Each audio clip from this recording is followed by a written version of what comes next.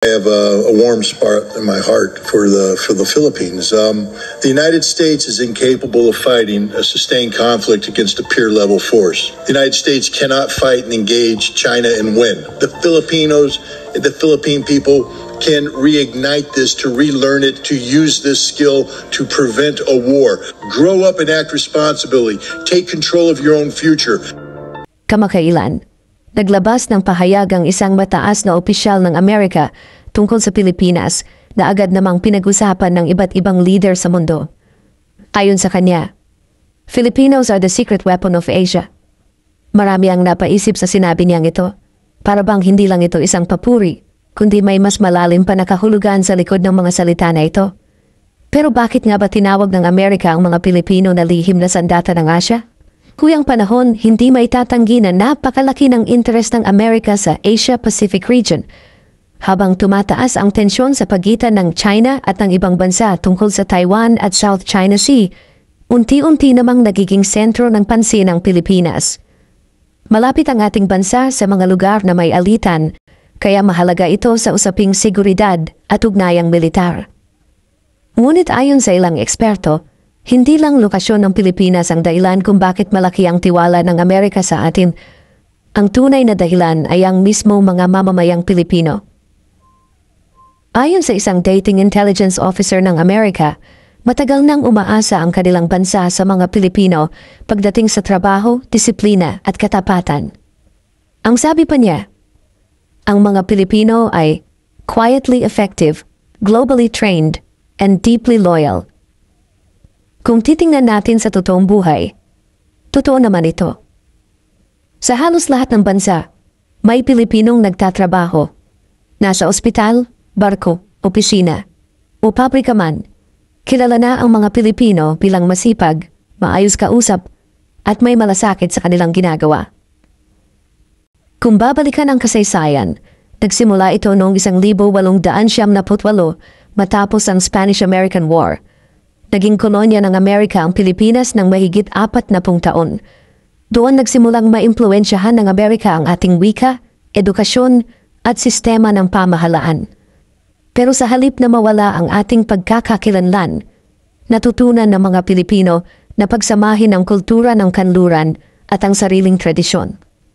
Dahil dito, mas naging madali para sa atin ang makihalubilo sa iba't ibang lahi at makipagtrabaho sa iba't ibang bansa. Para sa Amerika, bihira ang ganitong katangian. Tinitingnan nila ang mga Pilipino bilang tulay sa pagitan ng silangan at kanluran. Marunong tayong umintindi, makibagay, at magpakita ng respeto sa iba. Kaya sa mga mata ng ilang banyagang opisyal, hindi lang basta kakampi ang Pilipinas, kundi isa itong bansang may malaking ambag sa pagpapanatili ng balanse at pagkakaunawaan sa rehiyon. Ngunit sa likod ng papuring ito, may mga tanong din na dapat pag-isipan. Kapag ba sinabing secret weapon, ano nga ba talaga ang ibig sabihin nito? Ibig bang sabihin ay ginagamit tayo bilang taga-suporta sa mga plano ng mas malalaking bansa? O tinuturing ba tayong mahalagang partner dahil sa kakayahan ng mga Pilipino na magtagumpay kahit saan nilagay?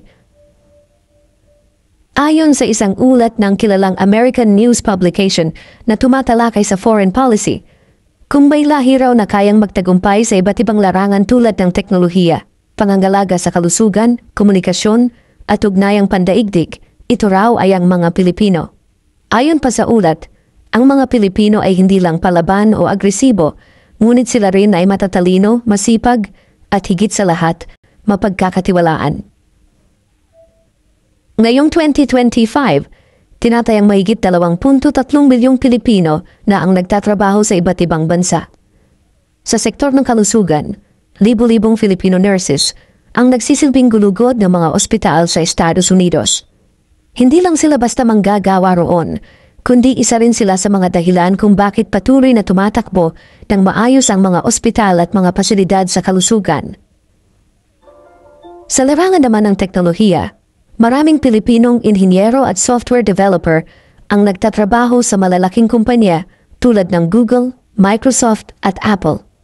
Marami sa kanila ang nakabase sa Amerika o iba pang bansa sa Asya, at sila ang nag-aambag sa mga programang ginagamit ng milyon-milyong tao sa buong mundo.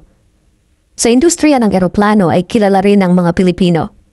Maraming piloto at aircraft technician na mula sa Pilipinas ang in-demand sa Middle East dahil sa kanilang kasanayan at dedikasyon sa trabaho. Hindi rin alam ng karamihan na libo-libong Pilipino na pala ang naging bahagi ng US Armed Forces. Ayon sa tala, higit 150,000 Pilipino na ang nagsilbi sa militar ng Amerika at marami sa kanila ang ginawaran ng medalya ng katapangan. Sabi nga ng isang US Navy Admiral, Filipinos bring heart, resilience, and discipline. Everything a soldier should be. That's why we keep trusting them.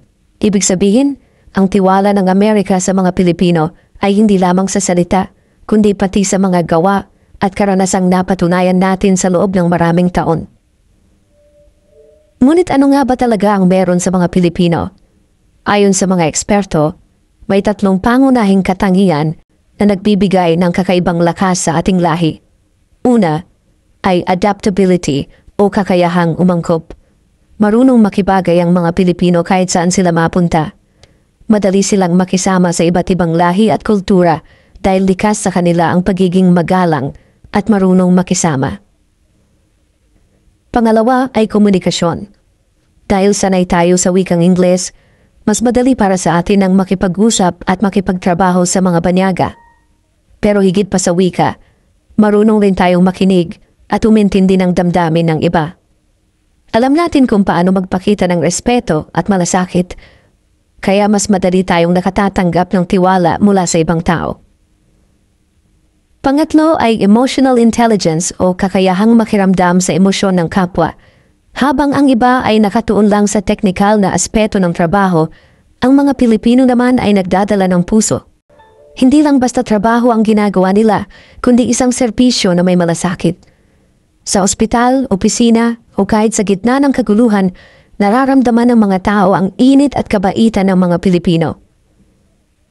Ayon sa isang ulat ng Pew Research Institution, pinagsasama ng mga Pilipino ang 3 bagay na bihirang makita sa ibang bansa: cultural empathy, English proficiency, at global adaptability.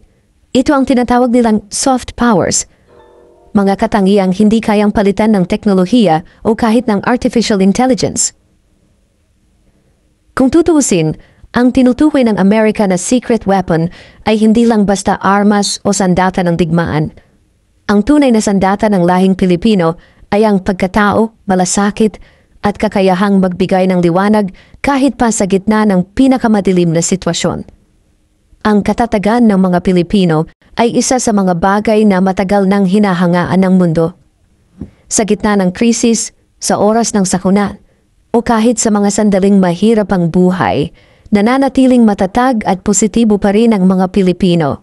Kahit pagod na, ay mayroong ngiti pa rin sa mukha. Kapag may problema, may paraan.